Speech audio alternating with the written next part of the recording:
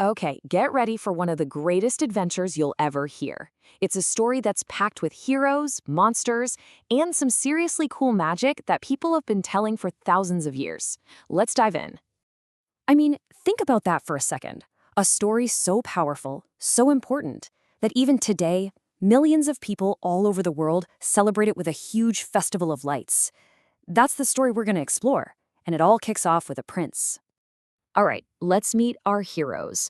Right there in the middle, that's the noble prince Rama. Next to him are his brave wife, Sita, and his super loyal brother, Lakshmana. And kneeling down, that's the mighty Hanuman. Now, you're going to want to remember him. He is a huge part of this adventure. So, our story starts with a promise, but this isn't just any promise. This is one that's going to change Rama's life forever and really test what he's made of. You see, a long, long time ago, Rama's dad, the king, made a promise he couldn't break.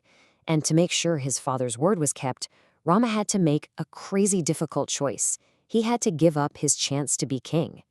It was his dharma, his duty, to do the right thing, even when it's the hardest thing. And so, he chose to go live in the forest for 14 long years. But here's the best part. He wasn't going to face it alone. In an amazing show of loyalty, his brother Lakshmana and his wife Sita were like, "No way, we're not letting you go by yourself." They decided to leave the comfy palace and join him on this tough journey. So, their new life in the forest begins. But they're about to learn a really big lesson.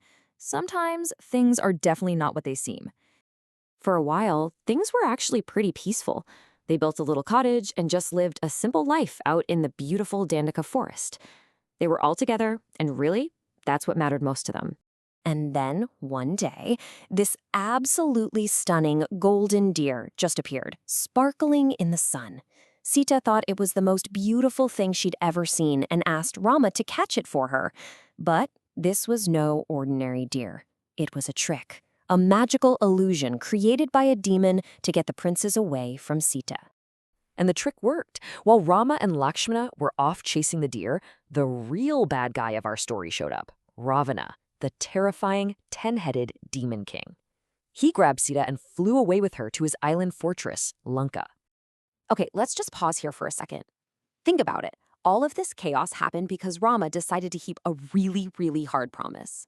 Now, if you had to give up something you really loved to keep your word, do you think you could do it? It's a tough one, right?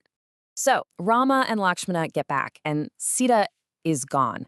They're heartbroken, of course, but also totally determined. And their mission to find her is about to lead them to some of the most amazing friends you could ever imagine. This is where teamwork totally saves the day. They meet Sugriva, who's the king of the Vanaras, a whole army of powerful monkeys and bears. And their greatest hero was Hanuman. I told you to remember him. He's the son of the wind god, and he has actual superpowers, like flying, changing his size, and super strength. And get this, using his incredible powers, Hanuman did something impossible. He grew to be as big as a mountain and then jumped across the entire ocean in one single leap.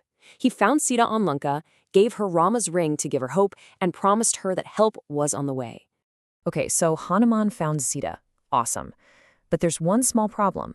A giant ocean is still separating Rama's whole army from the island. How in the world are they going to get across? Well, what happens next is a straight-up miracle. They came up with the most incredible idea. They discovered that because of their faith in Rama, if they wrote his name on the rocks would float on water. Can you believe that? So the whole army, every single one of them, worked together, building a floating bridge of stones all the way to Lanka.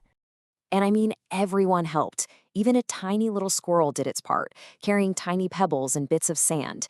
It's such a great reminder, right?